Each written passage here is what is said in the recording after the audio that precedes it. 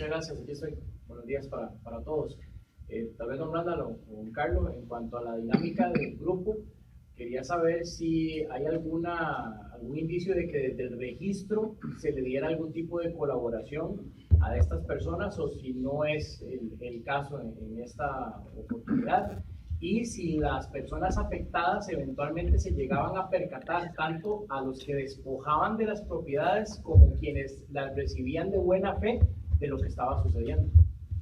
Sí, aquí.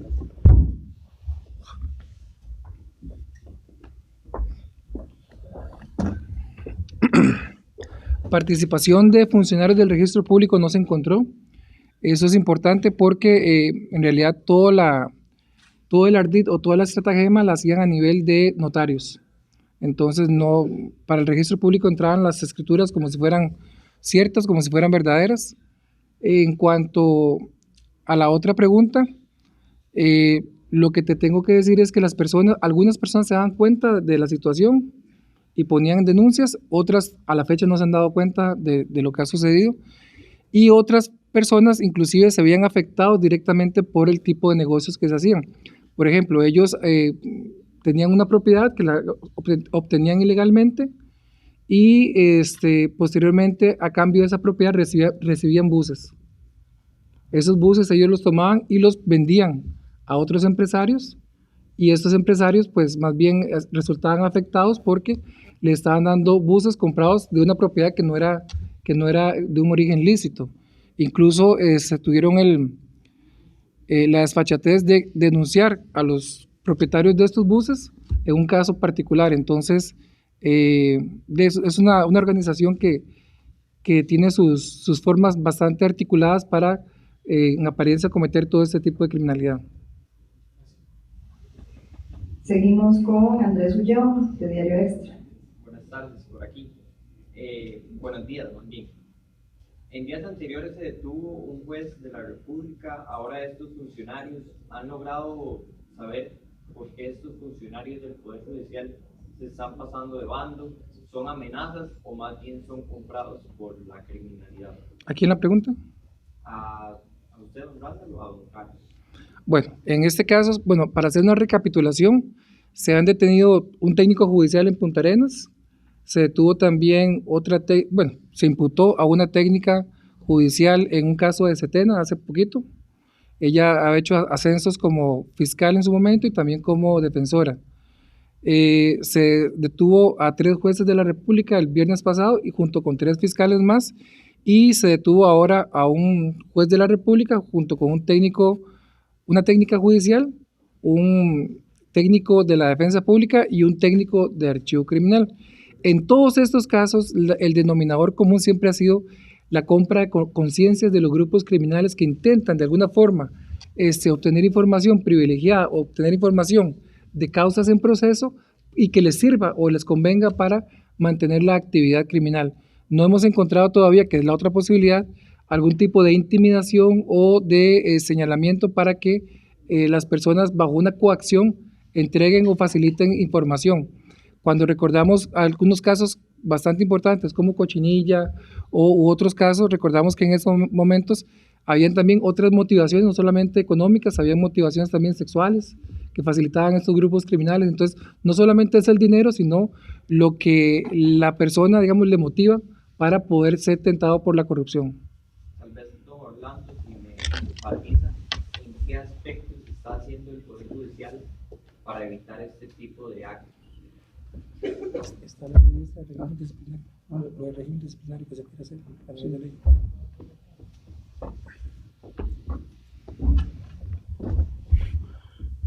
Bueno, como se señalaba, nosotros tenemos un régimen disciplinario que es, digamos, bastante robusto y reacciona siempre en todos estos casos, iniciando el procedimiento que corresponda, desde luego respetando el debido proceso.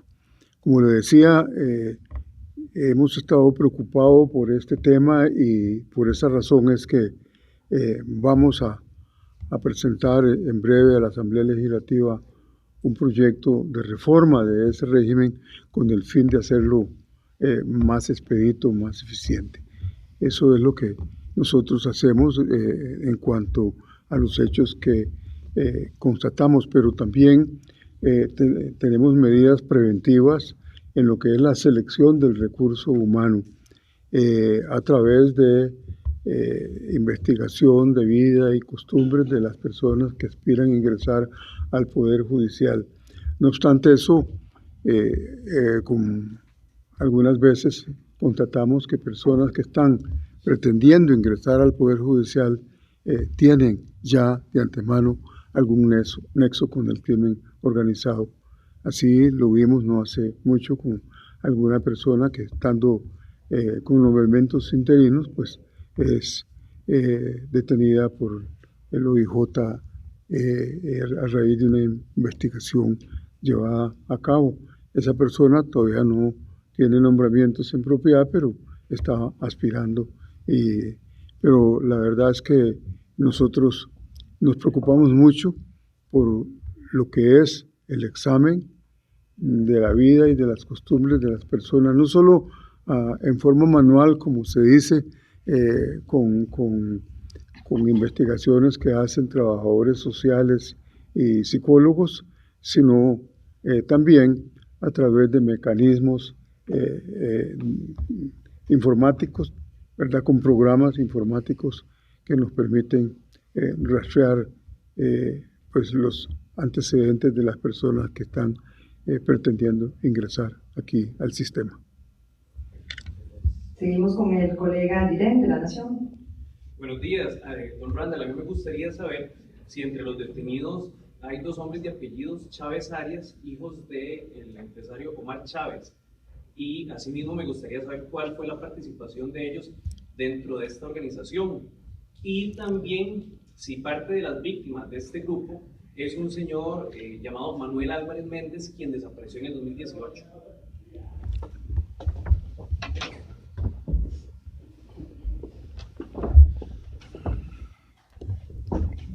Sobre esta persona desaparecida, pues es un señor de nacionalidad española. Él tuvo un problema casualmente con este grupo que ahorita estamos desarticulando, un tema de fraude registral de una propiedad. Esta persona desaparece en el año, si mal no recuerdo, 2018, pero encontramos el cráneo de esta persona hará unos años, con heridas que sugieren, digamos, una muerte homicida. El caso se ventiló en este trabajo que estamos haciendo.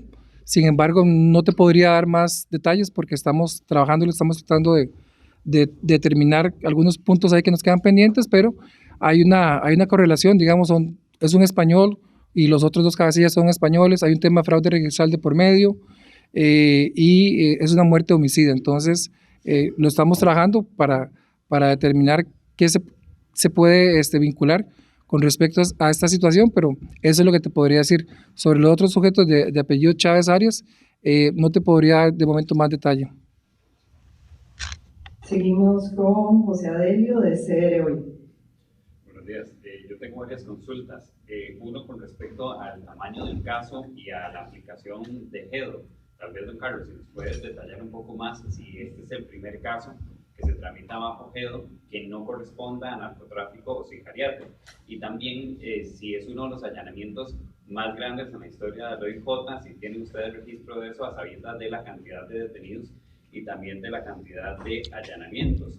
Y por otro lado, si ustedes dos me podrían tal vez dar un criterio con respecto a la vinculación constante de notarios y de abogados en prácticas ilícitas. Creo que fue semana y media, 2 semanas, estaba el caso de los vehículos, que se prestaban también abogados para autenticar, digamos, vehículos que habían sido robados. Hay alrededor de 80 abogados que están suspendidos según el Colegio de Abogados. Entonces también cómo abordar esa problemática, ¿verdad?, de personas que tienen fe pública que la están utilizando para cometer delitos. Bueno, vamos a ver. El caso más grande que tiene OIJ a la fecha son 54 allanamientos, cochinilla y 70 detenciones. Este caso en particular iba a ser igual de 54 a 55 allanamientos. Sin embargo, a la hora que nos otorgan los allanamientos, pues hay algunos que no vio el juez necesidad de otorgarlos, como por ejemplo el técnico judicial de archivo criminal y otros. Entonces el caso termina en 47 allanamientos. Es el segundo más importante en la historia de OIJ, por así decirlo, en cuanto a cantidad de allanamientos. En cuanto al tema de los notarios, lo que yo te podría decir es que hay una necesidad de mantener un mejor control de las actividades que se hacen.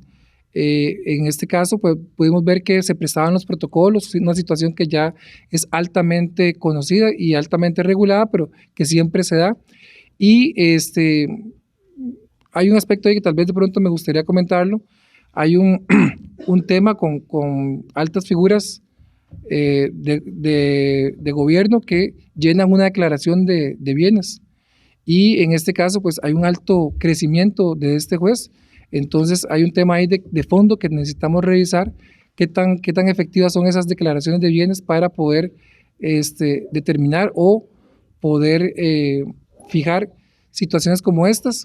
De pronto sería bueno en alguna reforma legal de que de manera más proactiva OIJ, la Fiscalía, puedan tener acceso a estas declaraciones a fin de poder determinar causas de corrupción que pueden estar inherentes, que están viéndose a través de estas declaraciones, pero que desdichadamente no están llegando, digamos, a conocimiento de esferas judiciales como tal.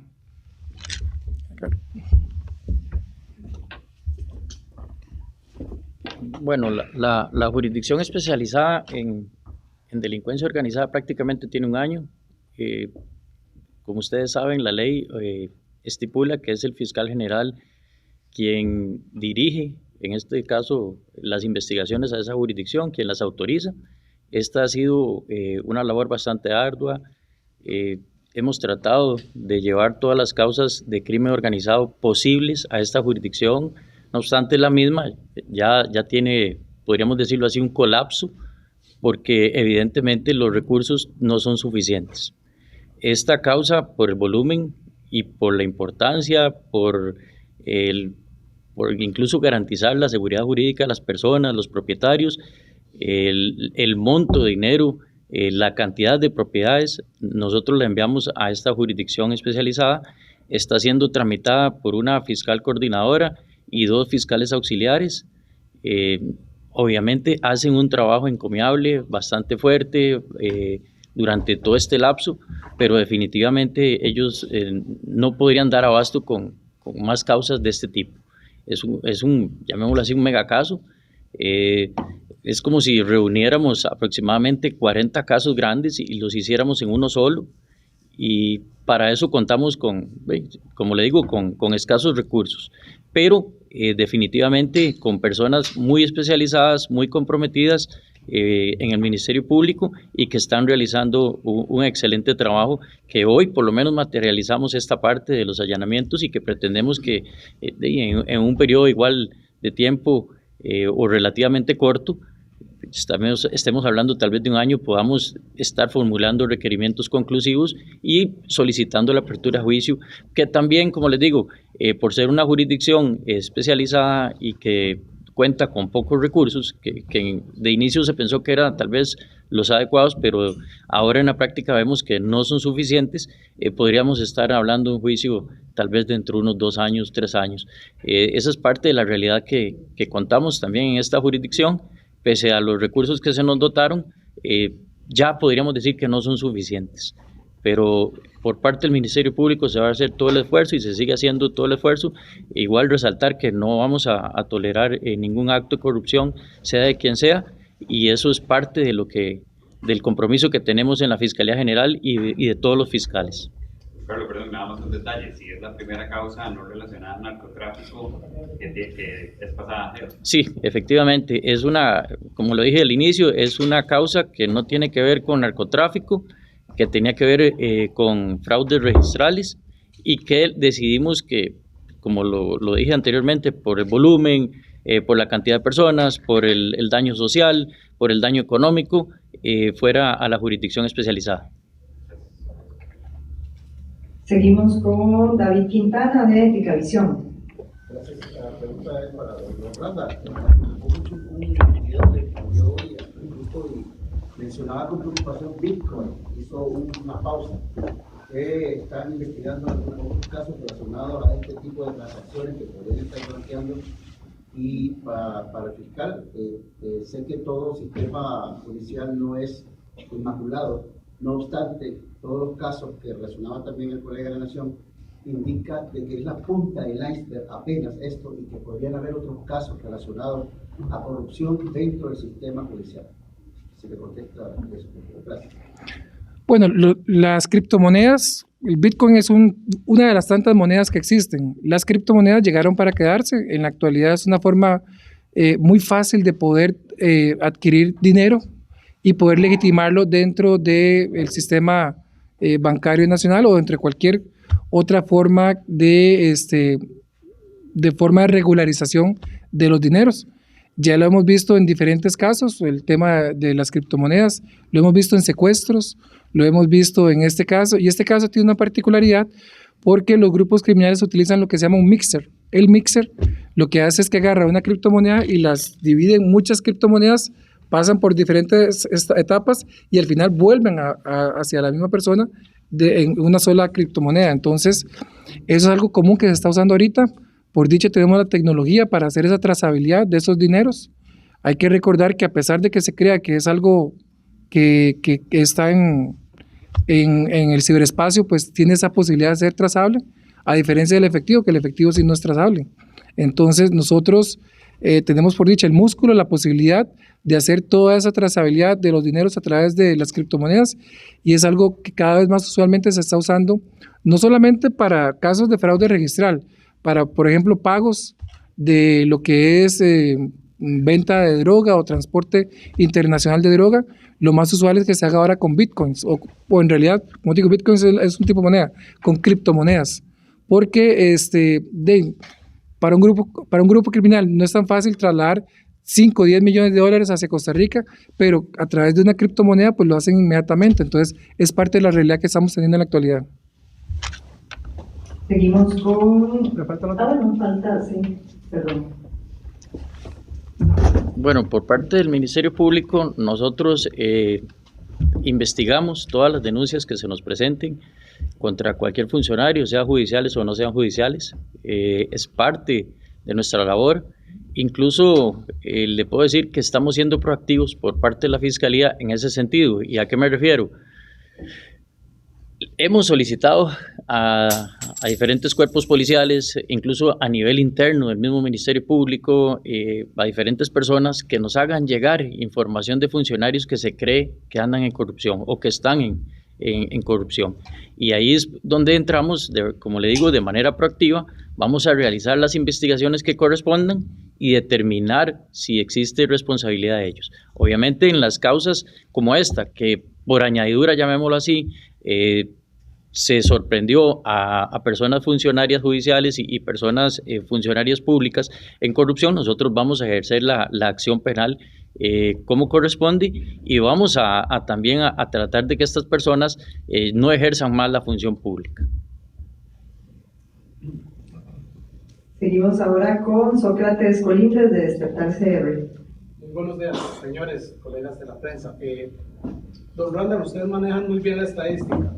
¿Tienen conocimiento de cuánto es la cantidad de funcionarios públicos que se han detenido en los últimos tiempos y si ha aumentado la cantidad de funcionarios públicos detenidos por casos de corrupción? Esa es una, disculpe, es que entonces, la otra parte era para don Orlando. Don Orlando, ¿podría ampliarnos un poco más de qué es el tipo de reformas que ustedes quieren ampliar para el Poder Judicial para tratar de combatir los casos de corrupción? Gracias.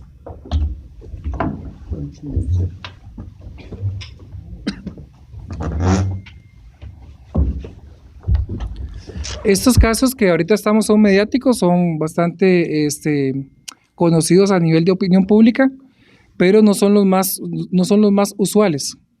Los usuales son los casos de corrupción, generalmente asociada a algún tipo policial, asociada a algún tipo de funcionario público que trabaja en alguna institución pública, Yo te podría decir que de una estadística que revisamos este año, con respecto al año pasado, eran más de 100 funcionarios los que se habían detenido por actos de corrupción. Como te digo, estos son los más mediáticos, los más sonados, pero no son los usuales. Hay situaciones de imputación o detención por acciones funcionales. A esto me refiero que una persona dentro de su actuación la denuncian por algún hecho de corrupción y es algo propiamente funcional. Por ejemplo, un policía que lo denuncien por agresión o algún tipo de acción alrededor de esto. Entonces, como te digo, estos son los más mediáticos, pero en realidad son más de 100 casos al año lo que tenemos de lo que son funcionarios vinculados o con algún tipo de acusación o imputación, en este caso, de índole de corrupción.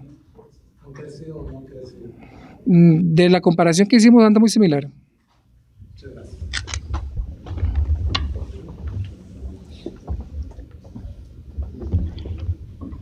Bueno, lo que se pretende con la reforma es, en primer lugar, simplificar el procedimiento. En segundo lugar, clarificar el tema de los plazos de prescripción o de caducidad. Actualmente existe una gran confusión sobre ese tema que permite criterios diversos y con frecuencia la salida, digamos, de las personas a través de figuras como la prescripción o normalmente la caducidad. Entonces se está clarificando eso y estableciendo pues un plazo mucho más amplio para evitar precisamente que la acción, digamos, represiva pueda extinguirse con facilidad como ahora sucede. También el Poder Judicial tiene serias limitaciones en el campo de la investigación cuando se denuncian hechos que de alguna manera tocan con informaciones, digamos, de cuentas o inclusive con informaciones que han sido captadas en procesos de tipo penal a través de llamadas telefónicas que han sido intervenidas, es decir, a través de intervenciones, y entonces se está haciendo una propuesta para permitir que en casos de corrupción del sistema de administración de justicia se pueda acceder a esos medios probatorios que en este momento no podemos hacerlo. Es decir, en este momento si, digamos, existiera un proceso penal y ahí se capta alguna información para el proceso penal, nosotros no podemos utilizarla, aunque ya esté ahí, porque las leyes actuales así lo prevén. Y eso pues representa una limitación muy importante, sobre todo cuando se trata de casos de corrupción de naturaleza compleja, donde es necesario pues hacer investigaciones más técnicas, ¿verdad?, para poder esclarecer las conductas indebidas. Seguimos con el colega Alejandro Urbina de Televisión. Gracias. Preguntas para don Randall. En la última audiencia del caso relacionado a los Ladrón, pues dijo que la labor de los investigadores en el organismo de investigación judicial se está viendo afectada porque exfuncionarios están asesorando a los grupos delictivos en cuanto a las técnicas de investigación, en cuanto a la ciencia que ustedes utilizan para con estos grupos criminales, en cosas tan básicas como las llamadas, pruebas, etc. ¿Están enfrentando ustedes esta dificultad en este momento, principalmente con exfuncionarios que deciden retirarse y asesorar a estos grupos criminales?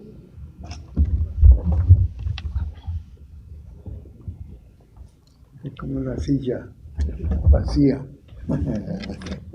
Vamos a ver cualquiera. Hay un claro problema en la actualidad de retención del personal valioso, personal que tiene mucho conocimiento de campo y que lo estamos perdiendo por dos leyes muy puntuales, la Ley de Finanzas Públicas y la Ley de Marco de Empleo Público. Son pocos los excompañeros de OIJ que se van a la acera del frente, o sea, a trabajar con bufetes corporativos que defienden a personas vinculadas con grupos criminales. La mayoría se van, digamos, a empresas privadas porque, digamos, es un recurso humano muy valioso, altamente calificado y que es muy cotizado a nivel de empresas privadas. Pero sí, hay una realidad de que muchas de las técnicas policiales que estamos utilizando en la actualidad, pues cuando estos funcionarios ya dejan de trabajar para OIJ, pues y se pasan para la acera del frente, pues empiezan a revelar toda esa información a los grupos criminales y ellos se hacen más fuertes en el sentido de que buscan evadir estos mecanismos que tiene OIJ, la Fiscalía, etcétera. Aquí hay un tema de fondo que al final el país tiene que decidir qué quieren. Si queremos vivir en un estado de inseguridad, si queremos vivir todos con una mayor paz y una mayor tranquilidad, y al final hay que invertir, no queda otra. Si usted tiene una casa que tiene goteras, que se le está metiendo diferentes situaciones de estructura, usted tiene que invertir para arreglarla. Y en eso el Estado costarricense ha quedado debiendo.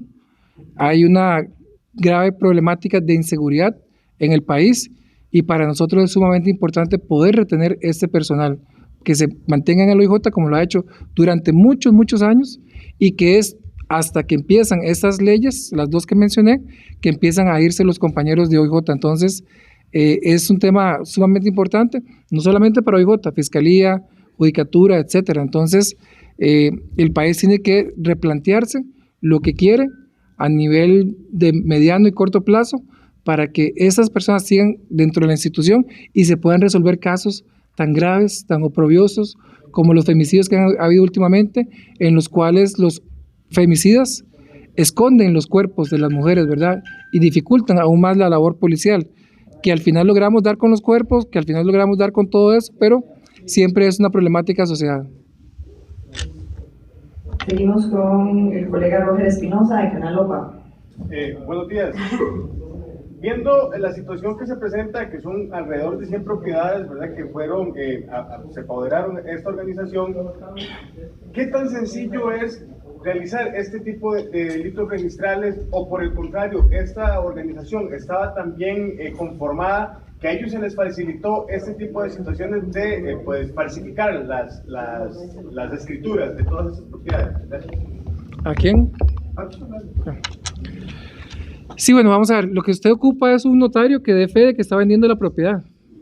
Entonces, si la persona que está al frente no es quien dice ser y no es el dueño de la propiedad, pues al tener esa fe pública del notario, pues se está creyendo en lo que dice el notario. Entonces, así de fácil puede ser perfectamente. Entonces, hay todo un tema ético, hay todo un tema moral al respecto de esto, pero más allá de esto, hay todo un tema de controles que se requieren mejorar.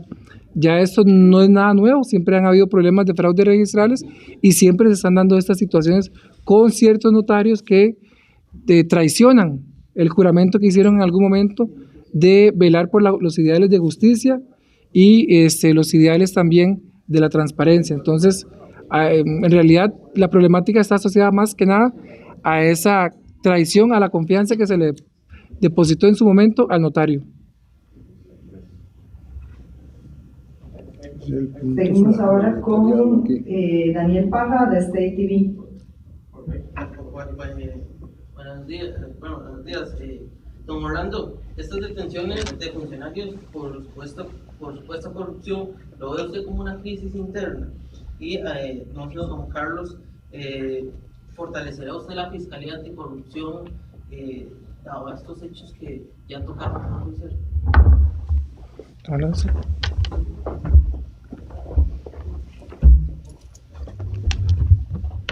No, en realidad no lo veo como una crisis interna. Son hechos aislados y más bien nos sirven para poner de manifiesto que el Poder Judicial tiene los mecanismos necesarios para reaccionar y para impedir que la corrupción penetre el sistema.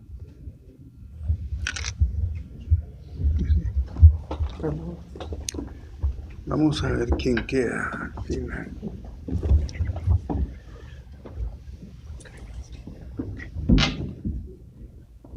Por supuesto que es necesario fortalecer la Fiscalía Anticorrupción, pero yo diría que no solo esa. Hay que fortalecer fraudes, hay que fortalecer narcotráfico, hay que fortalecer GEDO, ya ahora se los dije anteriormente.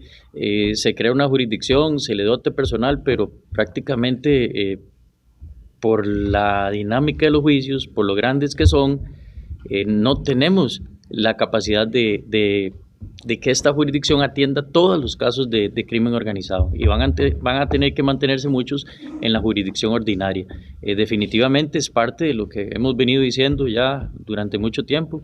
Necesitamos crecer en seguridad, Fuerza Pública necesita crecer, OIJ necesita crecer, el Ministerio Público necesita crecer. Obviamente esto conlleva que también los jueces necesitan crecer, o sea, el sistema judicial en sí y el sistema de seguridad en sí necesita crecer. Necesitamos más recursos, esto es definitivo. Nos han dotado de algunos recursos, sí, eso lo agradecemos mucho, pero aún así no son suficientes y necesitamos crecer para atender la delincuencia, que esa no nos espera y crece aún más todos los días. Entonces la eficiencia de recursos es evidente, pero aún así nosotros no nos escudamos en esa deficiencia de recursos y realizamos nuestro trabajo de manera encomiable y con fortaleza para poder erradicar la delincuencia y la corrupción en los diferentes sistemas.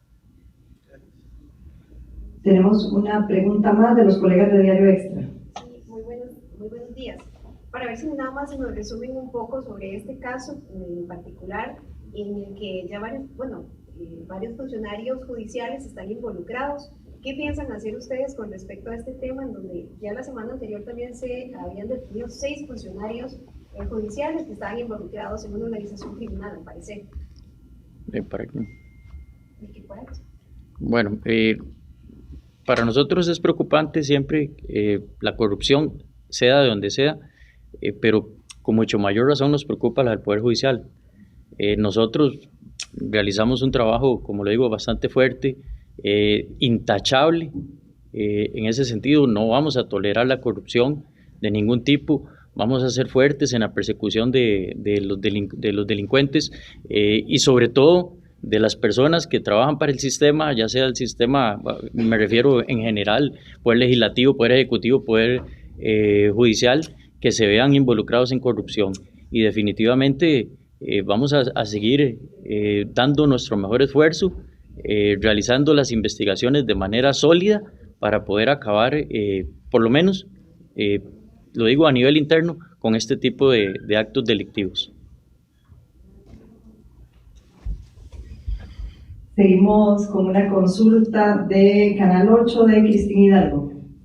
Buenos días. Nada más quería saber si nos podían explicar de qué manera las investigaciones también tienen que cambiar, tomando en cuenta que hay personal interno metido en algunos grupos. ¿Cuáles estrategias para evitar que entre fiscales que están metidos en los grupos organizados se den cuenta que se están investigando? ¿Cómo ha cambiado también la manera de investigar dentro del Poder Judicial?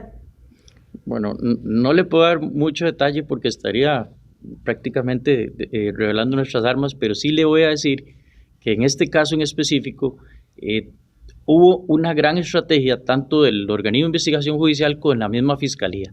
¿En qué sentido? Para que el caso no se pudiera visualizar por agentes externos o personas que vinieran a consultar.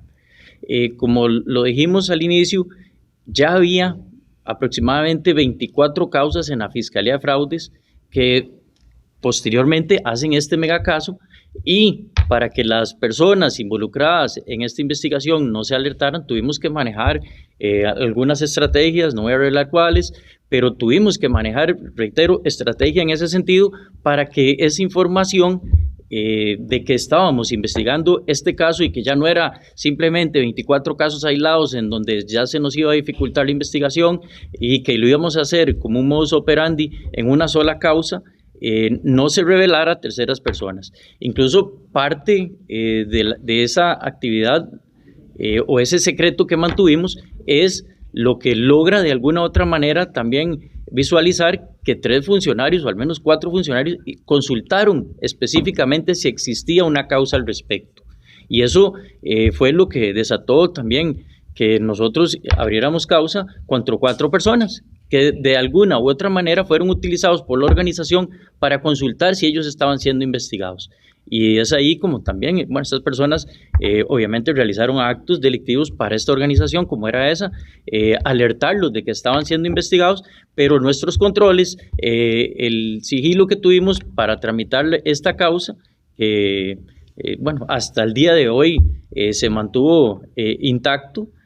Los imputados no lograron saber de que los estábamos investigando y por eso fue el éxito incluso de los allanamientos y de toda la prueba recabada.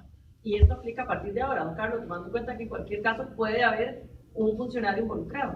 Efectivamente, bueno, esta jurisdicción especializada y en cualquier otra, incluso hemos tenido casos recientes en donde, bueno, previendo ese tipo de situaciones, nosotros tomamos todas las previsiones necesarias para que sea la cantidad menor de personas la que conozcan del caso, y una vez que también necesitamos trasladar esto a los órganos jurisdiccionales, a los jueces que van a conocer nuestras peticiones y que necesitamos también que se mantenga ese secreto, lo hacemos de manera coordinada y prácticamente entregando el expediente o las solicitudes en mano de un juez. Con esto vamos a reducir bueno, el manejo de la información por personas que de alguna u otra manera están buscando eso, información para trasladarla a las organizaciones delictivas. Bueno, si no tenemos más preguntas, damos por finalizada esta conferencia de prensa, agradeciéndoles su participación.